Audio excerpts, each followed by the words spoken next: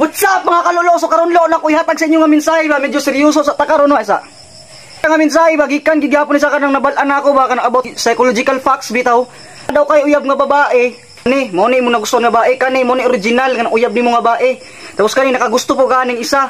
So kibali pag nagugmaha kaning duha, piliyon daw nimo ning pangkaduha. Kabalo ba ka nga no? Kay kung nahigugma kaning uyab nimo nga pinakauna di ka mahigugma aning isa.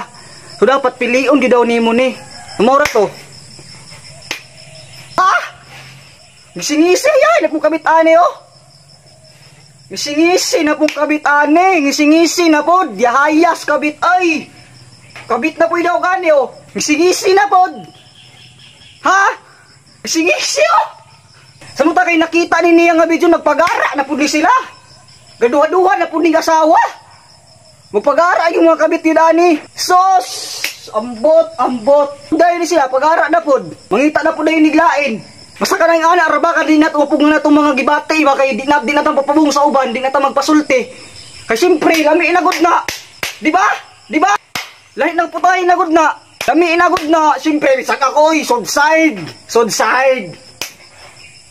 Moro tulo, babay lo, singisi na pong kabit, oh, buka nga.